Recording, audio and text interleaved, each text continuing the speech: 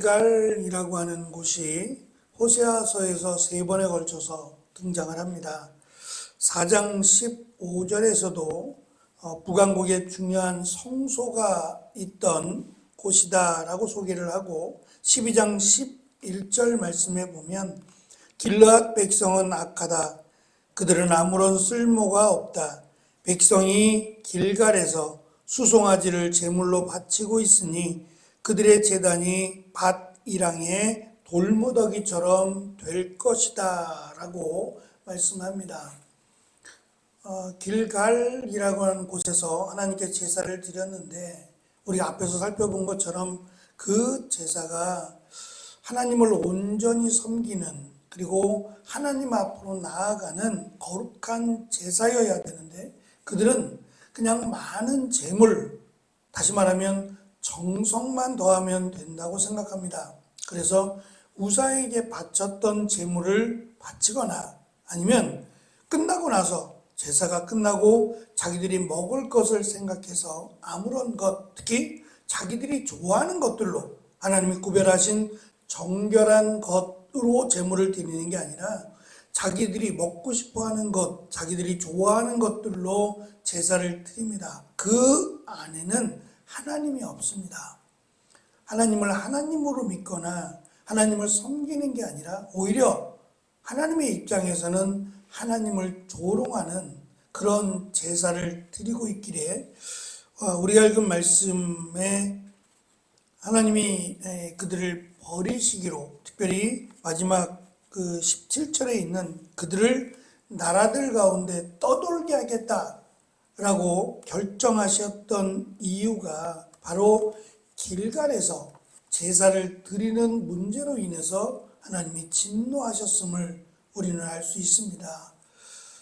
다시 말하면 우리가 하나님을 영화롭게 한다라고 할 때 하나님을 기쁘시게 하는 것이면 더더욱 좋죠. 가장 좋은 것은 하나님이 기뻐하시는 삶을 사는 것이 가장 좋습니다.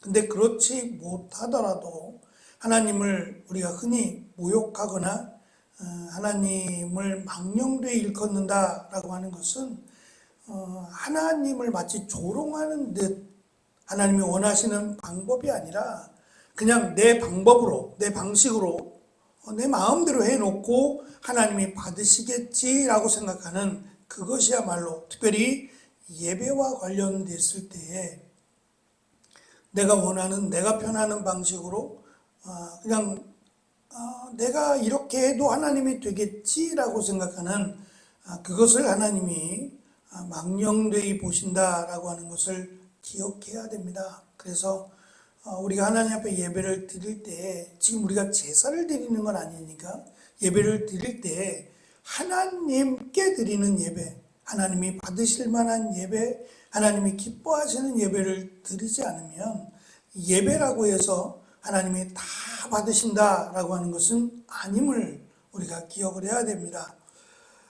그래서 하나님은 선지자를 통해서 그들의 모든 죄악이 길갈에서 비롯되었음을 강조하시므로 그들의 그 삶의 중심에 예배가 있어야 되는데 그 삶의 중심에 하나님이 없으니 그 모든 삶이나 그들의 세운 계획이나 이 모든 것들이 하나님과 전혀 관계가 없는, 그래서 이 떠돈다라고 하는 표현 자체가 고아들에게 주로 사용되었던 표현들입니다.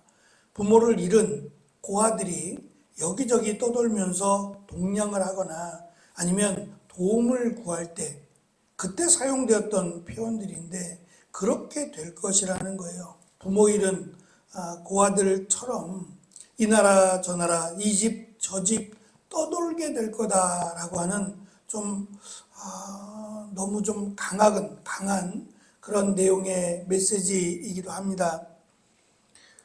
길갈에서 드리는 제사로 인해 그들은 더더욱 자신들의 그릇된 행실에서 돌이켜 회개하기가 어려워졌습니다. 정성껏 드린 제사, 제물이 있는 한 그들은 자신들이 하나님 하나님을 떠났다라는 것을 깨닫기도 어렵고 하나님의 심판이 기다린다라는 것도 납득할 수 없을 거예요. 우리가 그 탕자의 비유, 누가복음 15장에 있는 탕자의 비유에서 아버지를 떠난 탕자도 문제입니다. 하지만 그에 못지않게 더욱 문제는 아버지와 함께 있으면서도 즐겁지 않은 큰아들도 문제예요. 그냥 아버지와 함께 있다는 그것만으로 만족하며 살아가요. 잔치를 벌이겠다라고 하는 아버지의 뜻에 순종했는가? 오히려 내용상 순종하지 않았을 가능성이 훨씬 높거든요. 저는 이것이 더 문제라고 생각을 합니다. 우리가 교회는 다니고 하나님을 믿는다라고 말을 하지만 하나님을 믿는 모습이 없는, 전혀 하나님이 함께하지 않는 그런 교인, 그런 성도들이라면 참 어렵겠다. 오히려 하나님께로 돌아가기, 매주일 교회 간다. 나는 매주일 교회 간다라는 그 이유만으로도 회개하라고 말하면 그게 나하고는 전혀 상관없는 이야기 같고, 또 하나님 말씀에 순종하라고 말하면 그것도 나에게는 해당되지 않는 것처럼 그렇게 여겨질 가능성이 높다는 거예요. 이게 더 오히려 문제일 가능성이 높다라고 하는 거죠. 그들은 하나님의 심판을 선포하는 선지자들을 싫어했고 오히려 선지자들을 없애려고 했습니다. 그래서 하나님은 바로 그 길갈에서 그들을 미워한다라고 선언하신 겁니다.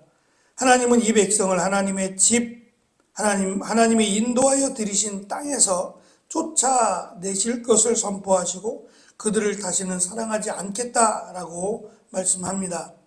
앞에서 11절부터 강조한 뿌리가 말라버리겠다라고 하신 것처럼 그들의 자손이 끊어질 것을 이미 말씀하셨고, 자손을 낳는 열매를 아예 맺을 수가 없을 것이며 자녀를 낳더라도 하나님이 그들을 이방인들에게 넘겨서 죽게 하실 것을 말씀하셨어요.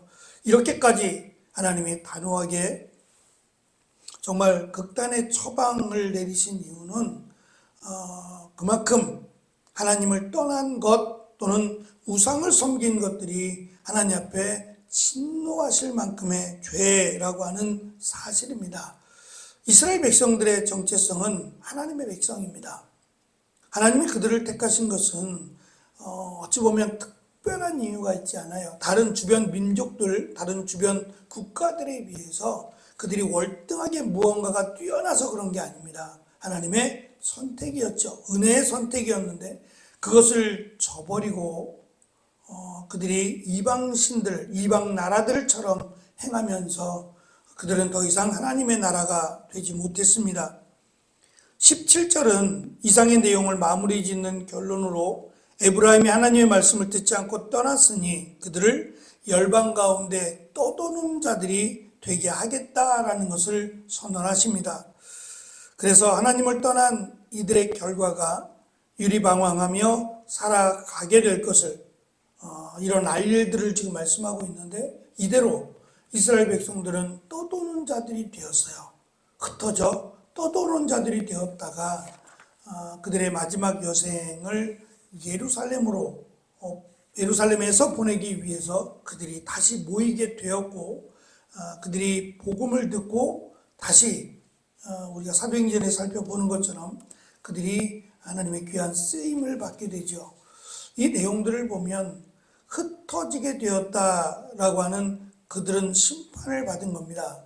그렇다면 돌아오는 것이 마치 아버지를 떠난 탕자가 돌아가야겠다, 내가 아버지의 일꾼의 하나로 사용되더라도 돌아가야겠다라고, 거기까지가 사실은 탕자의 결정이에요. 그 이후에 아버지가 그를 안아주고 입을 맞춰주고 손에 가락지를 끼워주고 잔치를 베풀어 주시는 것은 사실은 은혜예요. 그것이 하나님께서 우리를 향한 사랑이자 은혜입니다. 결국은 돌아오는 것까지는 아들이 해야 된다는 거죠. 그렇다면 이스라엘 백성들이 흩어지게 됐을 때에 돌아오려고 노력하는 것이 맞다는 겁니다. 우리가 정말 하나님께로 가까이 가고 있는가를 돌아보는 것은 우리의 신앙의 정말 중심이 될 만한 중요한 일이다라는 생각을 다시금 가져봅니다.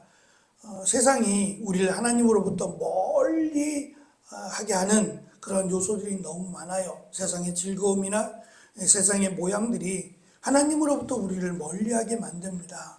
어제도 잠깐 말씀드린 것처럼 수많은 사명을 받은 사명자들이 그냥 열정적으로 뜨겁기만 해서 하나님을 섬긴 건 아니에요. 저들도 얼마든지 시험을 당할 수 있고 또 스스로 자신으로 인하여 넘어지거나 또 주변의 어떤 상황으로 인해서 넘어질 요소들이 너무 많습니다. 그럼 그것이 끝이냐? 그러면 안 되죠. 넘어지더라도 다시 일어나서 하나님께로 돌아오는, 오히려 더 적극적으로 더 힘써야 되는 그런 모습을 우리는 알 수 있어요. 그러니까 우리가 그것을 미리 안다면 자칫 넘어지더라도 다시 일어나서 더 힘내어 하나님께로 가까이 돌아오는 것이 마땅합니다. 그러면 하나님이 마치 탕자를 안아주시고 입을 맞춰주시고 그에게 손에 가락지를 끼워주시고 잔치를 베풀어 주시는 것처럼 사랑과 긍휼의 하나님께서 지금 우리가 살펴보는 호세아서의 내용 대부분이 돌아오라는 겁니다. 돌아오면 내가 너희 하나님이 되어주시겠다라고 하는 은혜의 말씀들이에요. 근데 돌아오기가 이렇게 힘든가라고 느낄 만큼, 그러니까 돌아오는 것도 그것만으로도 충분히 은혜다라고 하는 것을 우리가 깨닫고 세상 가운데 살아갈 수밖에 없는, 세상 가운데 빛으로 소금으로 살아가야 되는 우리의 삶 속에서 연약해질 때마다 강함 되시는 그 하나님을 바라보며 한 주간 또 우리에게 맡겨주신 일들을 감당하며 힘있게 살아가는 귀한 은혜의 시간들이 되어지시기를 축원합니다. 기도하겠습니다.